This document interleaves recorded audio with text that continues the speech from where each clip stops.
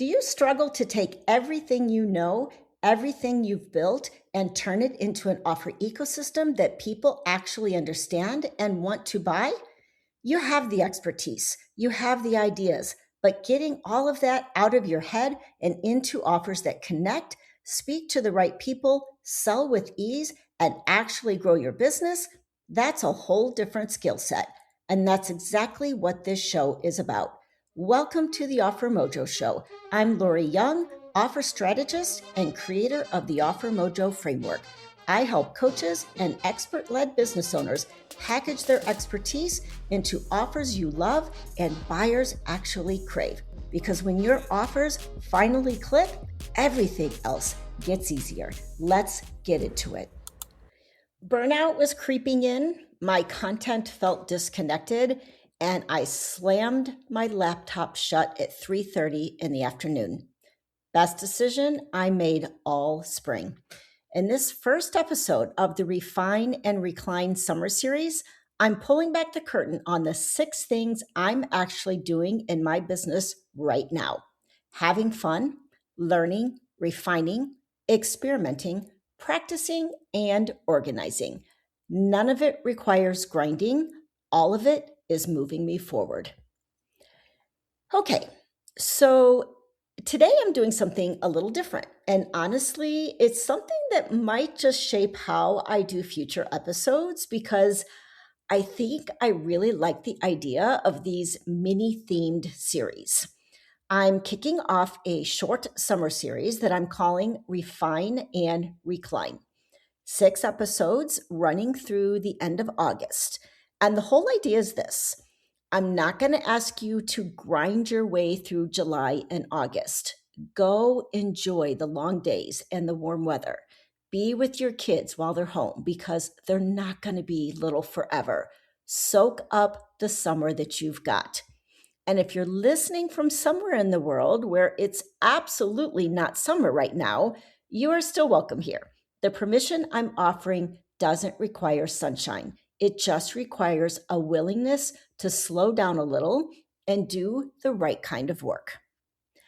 But somewhere in there, between the pool and the popsicles, I want us to do a little sharpening together. Not a full renovation, just some smart, low pressure work on your offers, your positioning, and the way your business is built. While everyone else out there is either burning out or checking out completely. Because here's what I know. Fall comes back fast. And the people who did a little quiet sharpening over the summer are the ones who walk into September ready, while everyone else is scrambling to remember what they even sell. So that's the deal with Refine and Recline. Rest where it counts, sharpen where it matters, and let's get you ready for fall without losing your summer to do it. This is episode 1, and today I'm going to tell you exactly what I'm actually doing in my own business this summer. Not the curated version, the real version. So I want to start with a story because I think it explains how this series even came to exist. Last week, I sat down to record this podcast episode. I had a whole list of topics planned. They were solid topics, the kind I would normally feel pretty good about. And I opened up my spreadsheet, I looked at every single one of them, and I felt nothing. Not tired exactly, more like disconnected, like someone else had written those topics for a version of me that wasn't quite here right now. They were missing the fun. They were missing the creativity that I needed, and they didn't reflect the direction I actually wanted to move in. I sat there for a minute staring at that list, and then I just closed my laptop at 3:30 in the afternoon. I went outside, I took a walk, I did my workout, and I gave myself permission to just breathe and actually think about what was going on. What was energetically holding me back? Because I knew something was, and I hadn't stopped long enough to figure out what. And here's what I figured out on that walk. I wasn't burned out. I was bored. and a little disconnected from where my business was actually heading. Those topics made sense 3 months ago. They just didn't make sense anymore. Closing that laptop and walking away wasn't me giving up. It was just me finally listening to something I'd been ignoring for a while. Because what came out of that walk and the reflection that followed was this series and the 6 things that I'm going to share with you today. Now, before I get into those 6 things, I want to say something out loud because I know some of you might be feeling a little twinge of guilt just listening to this. You might be looking around and seeing other business owners producing and pushing while you're craving some downtime. And I want to offer you a different perspective. 2 things can be true at once. You can refine and you can recline. Both are okay. It's not about picking one and abandoning the other. It's about being able to move between the two with ease, without the guilt and without doubting yourself. It's about being okay with baby steps and trusting that doing the right refinements creates big strides. All movement is movement as long as it's in line with what you're actually trying to accomplish. And no goal, personal or professional, is wrong. It's just a matter of priorities. So, with that in mind, here's what intentional summer refinement actually looks like in my business right now. The first is having fun. I know that that might sound almost like too simple, but for me, burnout was starting to creep in. Not the crash and burn kind, but the kind where you're just still doing everything, but feeling like you're just going through the motions. And this time, I caught it. I noticed it faster than I used to. And instead of pushing through and hoping it would pass, I made a conscious decision to address it directly. Part of that was building something that genuinely excited me. In June, I created a new free tool called the Offer Pulse Check. And I have to tell you, building it was so much fun. It's interactive, it's visual, and it measures the foundation of your offer across 5 vital signs in about 10 minutes. The whole thing lit me up in a way that I hadn't felt in a while. I'm also working right now on another interactive tool called the Mojo Microscope, which I plan to use as a giveaway for collaborations and possibly sell if it proves to be popular. It's still in progress, but I'm enjoying building it. And then there's this series. I planned Refine and Recline specifically because I needed to love recording again, not because my audience demanded it, because I needed it. And sometimes that's the most valid reason that there is. When you choose the work that makes you want to show up, the quality of everything you create goes up with it. The second thing I'm doing is learning and reflecting. This summer, I bought a couple of offers from people that I really respect. One helped me refine in an area where I knew I was weak but had been avoiding. And another one helped me expand into a direction that I genuinely want to grow. And I'm being intentional about binging the podcasts that keep me inspired and thinking clearly.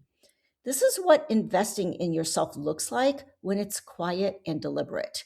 Not a course you bought in a panic because a launch email scared you, not a mastermind that you joined because everyone else seemed to be in one, just a targeted choice to fill specific gaps and build toward where you're actually going.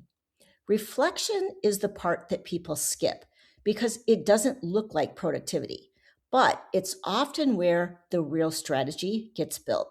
When you slow down enough to absorb what you're learning and apply it to where you are right now, things start to connect in ways they don't when you're just moving fast. Learning is refinement, and it counts even when nobody can see you doing it.